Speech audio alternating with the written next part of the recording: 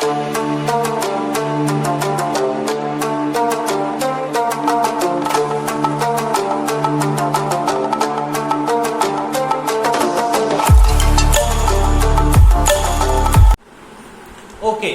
another 4 marks problem. হঠাৎ করে এই 5টা প্রবলেম একসাথে নেবার কারণ, এই 5টা প্রবলেম একসাথে নেবার কারণ হচ্ছে এই 5টা প্রবলেম একই টেকনিকে করতে হবে। খেয়াল করো, এখানে সব জায়গায় একটা করে রুট আছে। তো এবার যে কেউ যে এতক্ষণ পর্যন্ত অঙ্কগুলো সলভ করেছে সে ভাবতে যে আচ্ছা রুটের ভেতর যে টার্মটা রয়েছে, চলো সেই টার্মটাকে আমি জেড স্কয়ার ফর্মে নিয়ে, তো সেটাই তার মেইন পয়েন্ট অফ ভিউ হবে যে চলো ফার্স্ট ইকুয়েশনটাই যেমন 1 - x² কে জেড স্কয়ার নিই, এখানেও তাই, এখানেও তাই, এখানেও তাই, এখানেও। কিন্তু সেটাকে যদি জেড স্কয়ার নিই তাহলে কি অঙ্কটাকে সহজে করা সম্ভব? চলো আমি জাস্ট 39 এর অঙ্কটা ট্রাই করি। Integration dx by x² √1 - x। আমরা কি বলেছি যে মেথডটা যদি ওভাবে করি তাহলে 1 - x² কে আমায় জেড স্কয়ার নিতে হবে, সেটাই ছিল ওয়ে, কারণ এটা রুটের মধ্যে রয়েছে তাই, এবং সবেতেই একটা করে রুট রয়েছে, তাই এই অঙ্কটা যেমন ভাবে করব সবকটা তেমন ভাবে করতে পারবো। আগে দেখি সেটা করে কি কিছু সোজা হয় কিনা।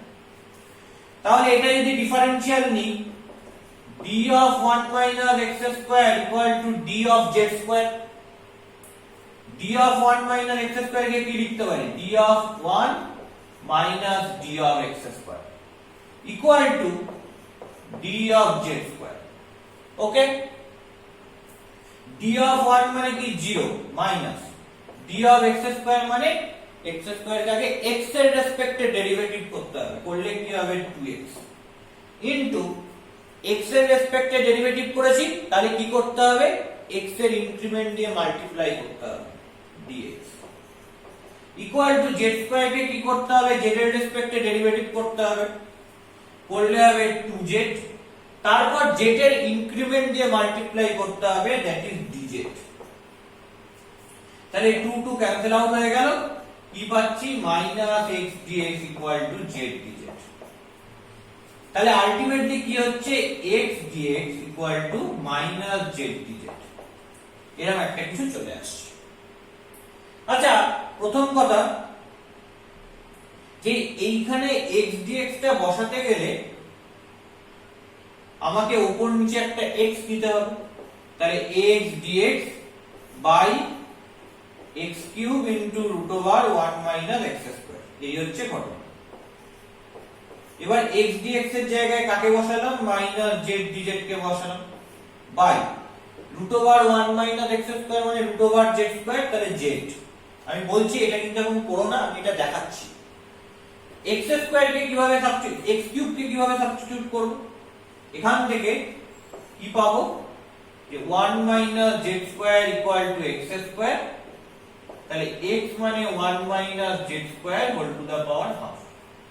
তাহলে x³ কি হবে, 1 - z² whole to the power 3/2। তার মানে কি হলো, minus integration dz by 1 - z² whole to the power 3/2। বলো তো এটার ইন্টিগ্রেশনের কোনো ফর্মুলা আমি জানি না, তাহলে এটাকে ইন্টিগ্রেট করব কি করে? এটাকে তো ইন্টিগ্রেশনের কোনো ফর্মুলাই জানা নেই। আবার তুমি কেউ বলতে পারে এরকম, আচ্ছা চলো 1 - z² কে আবার কি ধরে নেব, এখানে যেহেতু 3/2 রয়েছে তাহলে m² ধরে নিতে পারি, তাহলে কিছু লাভ হবে? যদি 1 - z² কে m² ধরে নাও, ডিফারেনশিয়াল নিলে দেখবে 1 - z² এর ডিফারেনশিয়াল নিলে হবে -2z dz, কিন্তু দেখো এখানে z dz নেই, শুধু z dz আছে। z যে এক্সপ্রেশনটা এখানে আসছে -z dz ডিফারেনশিয়াল নিলে, সেই z টা এখানে সাবস্টিটিউট করতে পারবো না।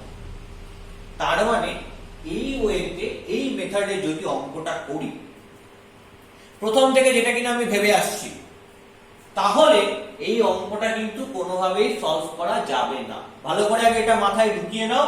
আমি প্রথম দিকে যখন অঙ্ক করেছিলাম তখন বলছিলাম যে রুটের ভেতর যে টার্মটা রয়েছে তাকে হোল স্কয়ার ফর্মে ধরলে কিন্তু এই প্রবলেমগুলো সলভ করা যাবে না। কেন এই প্রবলেমগুলো সলভ করা যাচ্ছে না, তার কারণটা খুব পরিষ্কার। রুটের ভেতর যদি কোয়াড্রেটিক থাকে তাহলে বাইরেও রয়েছে কি কোয়াড্রেটিক অর কিউবিক, তাই জন্য প্রবলেমটা সলভ করতে হচ্ছে। তাহলে আমি কি দেখলাম, পরিষ্কার দেখতে পেলাম যে ডিনোমিনেটর এখানে রুটের ভেতর যদি কোয়াড্রেটিক টার্ম থাকে এবং রুটের বাইরে যদি লিনিয়ার, কিউবিক বা কোয়াড্রেটিক পলিনোমিয়াল থাকে, তাহলে সেক্ষেত্রে রুটের ভেতরের টার্মটাকে জেড স্কয়ার দিয়ে সাবস্টিটিউট করে করা যায় না। ঠিক আছে, কি করব তাহলে জেড স্কয়ার দিয়ে সাবস্টিটিউট করে অঙ্কটা না করতে পারলে? আমাকে চেষ্টা করতে হবে তো সাবস্টিটিউশন করার, যাতে আমি সাবস্টিটিউশন করে এই যে ইন্টিগ্র্যান্ড গুলো রয়েছে এগুলোকে ছোট করে ফেলতে পারি, তাই তো? সেটাই তো আমার মেন এম। তাহলে কি সাবস্টিটিউট করব, এটা হচ্ছে প্রশ্ন। এবং এই 5টা অঙ্ক বা এই টাইপের অঙ্ক আমরা একইভাবেই করি। চেষ্টা করো, দেখো এইখানে ট্রিগোনোমেট্রিক যে আইডেন্টিটি, ট্রিগোনোমেট্রিক যে রেশিওস গুলো রয়েছে সেগুলোকে ইউজ করা।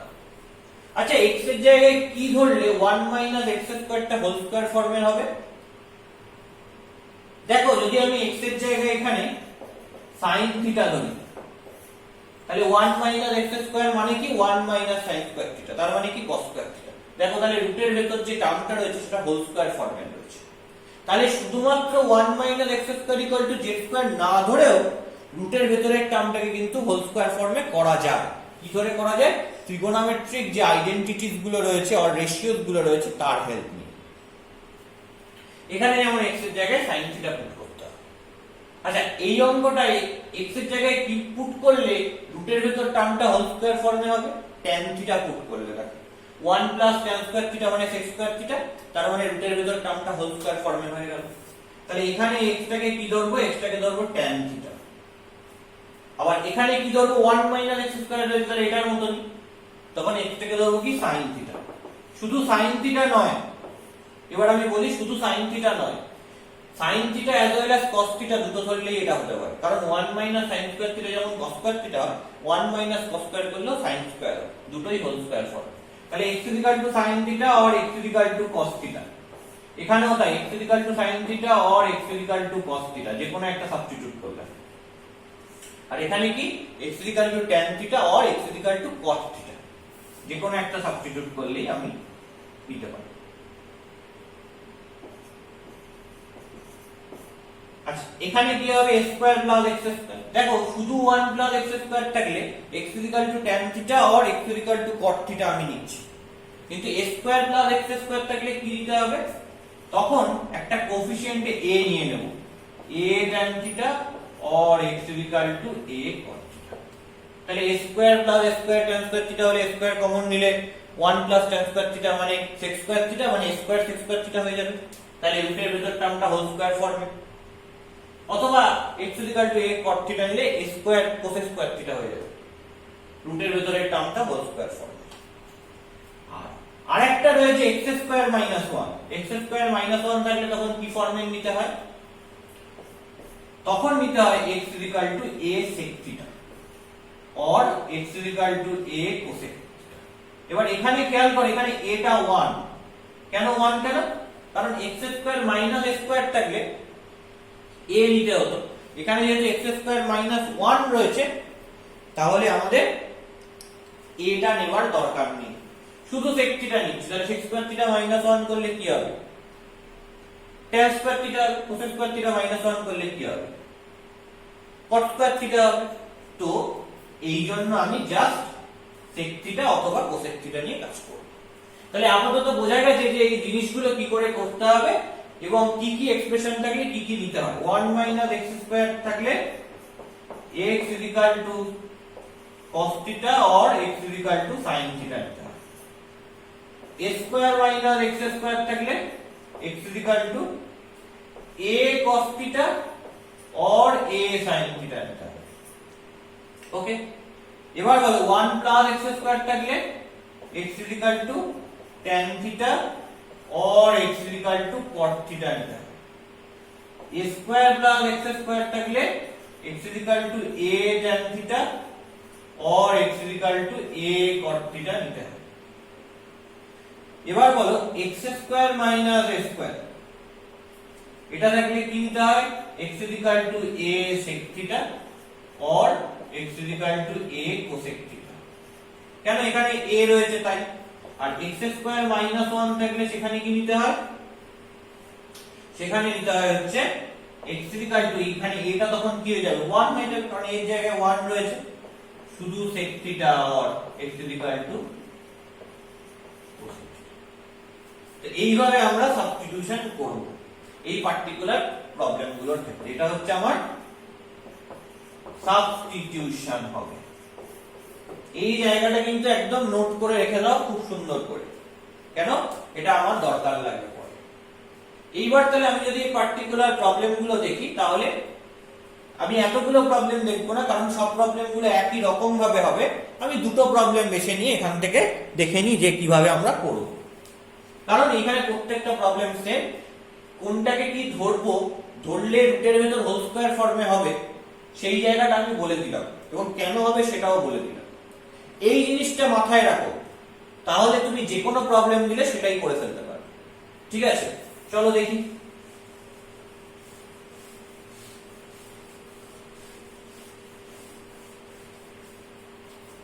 ধরো আমি যদি 45 দেখি, তাহলে integration dx by 1 minus x into root over 1 minus x square.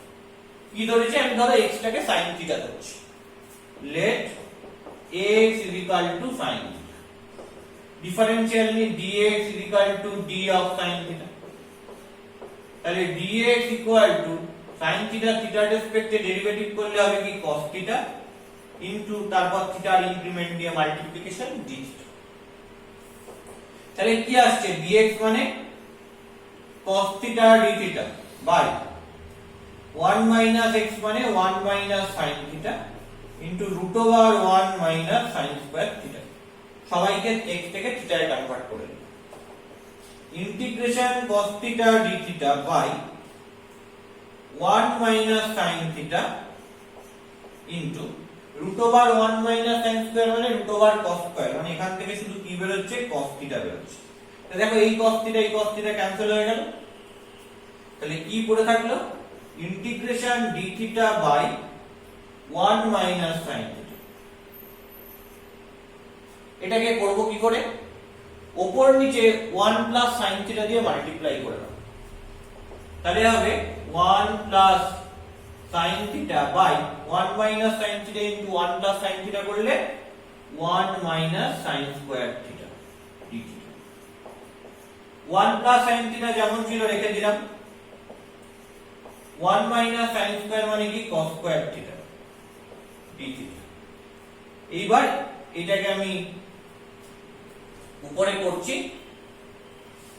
এই জায়গাটা মুছে দিই।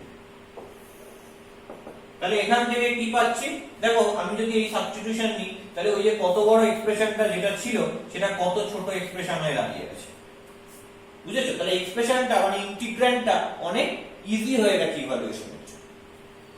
এবার এটাকে আমি ইন্ডিভিজুয়াল ডিভাইড করি, integration d theta by cos square theta plus integration sin theta by cos theta, তার মানে tan theta into 1 by cos theta একটা পড়ে থাকবে। Actually sin theta by cos square theta আছে তো, ঠিক আছে, আমি একবার লিখে নিয়ে পরের স্টেপে না হয় করব। Integration sin theta by cos square theta d theta, 1 by cos square theta d theta কে কি লিখবো, sec square theta d theta plus integration sin theta by cos theta করলে কি হবে tan theta into 1 by cos করলে কি হবে sec theta d theta. বলে integration sec square theta d theta করলে কি হবে tan theta plus integration sec theta tan theta d theta করলে কি হবে plus sec theta plus c, and c is integrating constant, where c is integrating constant। আমি এখানে int লিখলাম, ওটা কিন্তু তোমরা পুরোটা লিখবে, আমার এখানে জায়গাটা নেই, কম আছে। এবার আমাকে আলটিমেটলি কিছু না, আমার ইন্টিগ্রান্ডটা x দিয়ে সবাইকে x কে সাবস্টিটিউট করতে হবে। তাহলে sin থিটা মানে x, এখান থেকে tan থিটা আর sec থিটাটা বার করতে হবে। কি করে বার করব দেখো, এগুলোকে মুছে দিচ্ছি, ঠিক আছে।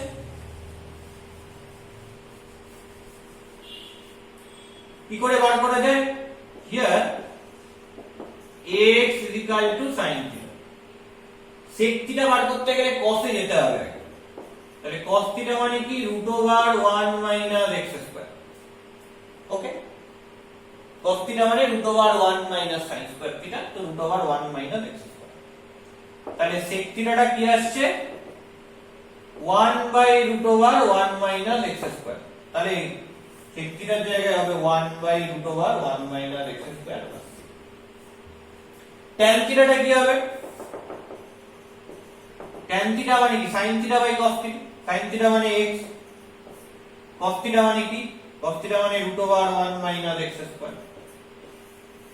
তার মানে tan θ মানে কি হবে x by √1 minus x square। তাহলে লিখে দিলাম এখানে x বাই √1 minus x। তাহলে এই যে টার্মটা রয়েছে এটাই হচ্ছে আমার অ্যান্সার। তাহলে বোঝা গেল যে কি করে আমার ইন্টিগ্রেশনটা করতে হবে। এই ইন্টিগ্রেশনটা কিন্তু খুব ভাইটাল। তো আমরা 45 এর ইন্টিগ্রেশনটা করলাম।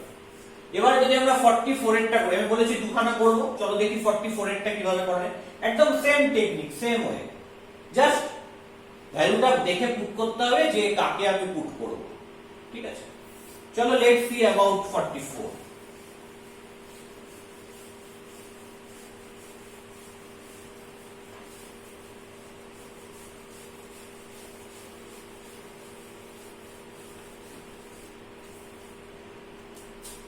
দেখো 44 কি বলছি, integration dx by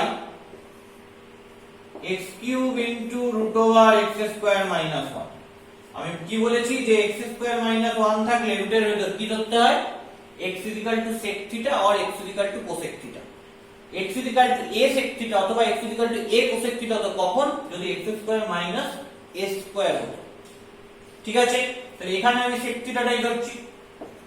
let x is equal to sec θ। তাহলে dx মানে কি হবে, sec θ ডিফারেন্সিয়াল নিলে কি হবে, sec θ into tan θ dθ, এটা হবে। তাহলে আলটিমেটলি কি দাঁড়াচ্ছে, ইন্টিগ্রেশন dx এর জায়গায় লিখছি sec θ tan θ dθ by x cube মানে কত, sec cube θ into √1 of sec square θ minus 1। তাহলে কি আসছে, integration sec θ tan θ dθ by নিচে sec cube θ into sec square θ minus 1 মানে কি tan square θ, √1 of tan square θ করলে কি হয়, tan θ হয় এটা। তাহলে tan θ কেটে গেল, sec θ আর sec কিউব কেটে গিয়ে এখানে হলো sec square। তাহলে কি হলো, integration dθ by sec square। sec square কে কিভাবে লিখবো, 1 বাই cos square। তাহলে সেটা আবার রেসিপ্রোকাল হয়ে উপরে চলে যাবে। তাহলে ইন্টিগ্রেশন cos square θ dθ। আচ্ছা, cos square θ ডাইরেক্ট ইন্টিগ্রেশন করা যায়? যায় না তো। কি করতে হবে, cos 2θ থেকে আসতে হবে। cos 2θ মানে কি 2 cos square θ minus 1। এখান থেকে cos square θ এর ভ্যালু বসিয়ে সাবস্টিটিউট করতে হবে। কেন করতে হবে, কারণ cos square θ ডিগ্রি কত, 2, আর sin square তার ডিগ্রি 2। এদেরকে আমি ইন্টিগ্রেট ডাইরেক্ট করতে পারি, এদেরকে লিনিয়ারলি লিখতে হবে, তবেই আমি এর ইন্টিগ্রেশন করতে পারবো। তাহলে এখান থেকে আমি কি পাই, এটা আগের চ্যাপ্টারে আমরা শিখেছি অলরেডি। কি পাই এখান থেকে, cos 2θ plus 1 by 2 equal to cos square θ। তো বসিয়ে দাও এখানে, integration cos 2θ plus 1 by 2 dθ। বাইরে বার করো half integration cos 2θ dθ plus half integration dθ। তাহলে এটা থেকে আলটিমেটলি কি পাচ্ছি দেখে নি। প্রথমে হাফ ইন্টিগ্রেশন cos 2θ dθ করলে কি হয়, sin 2θ by 2, sin 2θ by 2 plus half integration dθ করলে কি হয়, θ plus c। Okay, where c is integrating constant, যেখানে সিটা কি, সেটা হচ্ছে ইন্টিগ্রেটিং কনস্ট্যান্ট। এবার আমাকে আলটিমেট ইন্টিগ্রেন্টটা কিসে রয়েছে, x এ রয়েছে, তাহলে আলটিমেট আমাকে x এ নিয়ে যেতে হবে। তাহলে 1/4 sin 2 থিটা মানে কি 2 sin theta cos theta plus theta by 2, থিটাকে ঘোরালে কি হবে sec inverse x by 2 plus c। Because আমার কাছে যদি sec থিটাটা x হয় তাহলে থিটাটা কি হবে sec ইনভার্স x হবে, তো ওটা লিখে ফেলেছি। এবার এই জায়গায় ভ্যালুটা পুট করতে হবে, তাহলে হাফ, এখানে বলো sin থিটাটা বার করতে হবে আর cos থিটাটা বার করতে হবে। দেখো sec থিটা যদি x হয় তাহলে cos থিটাটা কত 1/x, তাহলে এই cos থিটার জায়গায় আমি কি লিখব 1/x লিখব। sin থিটাটা কি হবে, sin থিটাটা হবে √1 - 1/x স্কয়ার। কেন √1 - cos স্কয়ার থিটা, আর cos থিটা মানে 1/x, তাহলে √1 - 1/x স্কয়ার, তার মানে হবে √x স্কয়ার - 1/x, তাহলে এখানে হবে √x square - 1/x plus sec inverse x by 2 plus c। তাহলে আলটিমেটলি কি দাঁড়াচ্ছে √x square - 1 by 2x square plus sec inverse x by 2 plus c। And এই যে এক্সপ্রেশনটা রয়েছে সেটা সম্পূর্ণ x এ রয়েছে, এন্ড এটাই হচ্ছে আমার অ্যানসার। তাহলে আশা করি জিনিসটা বোঝা গেছে যে ইন্টিগ্রেশনটা আমরা কি করে করব, বা এই যে ইন্টিগ্রেশনটা, সেই ইন্টিগ্রেশনটা অ্যাকচুয়ালি কি করে করা সম্ভব। স্টেপ বাই স্টেপ জিনিসটা করলে কোনো অসুবিধা হবে না, কোনো অসুবিধা হবার কথা নয়। শুধু দেখতে হবে যে থিটাটা নিয়ে সাবস্টিটিউট করেছি সেটা যেন সঠিক হয়, সেটা এমন ভাবে আমি লিখি যাতে রুটের ভিতরের টার্মটা হোল স্কয়ার ফর্মে থাকে। আর দেখতে হবে কি, আর দেখতে হবে লাস্টে যখন অ্যানসার লিখবো তখন কিন্তু যেন থিটা দিয়ে অ্যানসারটা না লিখি। কেন, কারণ ইন্টিগ্র্যান্ড যেটা দেওয়া রয়েছে সেটা x এর ফাংশন, তাহলে আমাকে অ্যানসারটাও কিন্তু ইন টার্মস অফ x ই বার করতে হবে।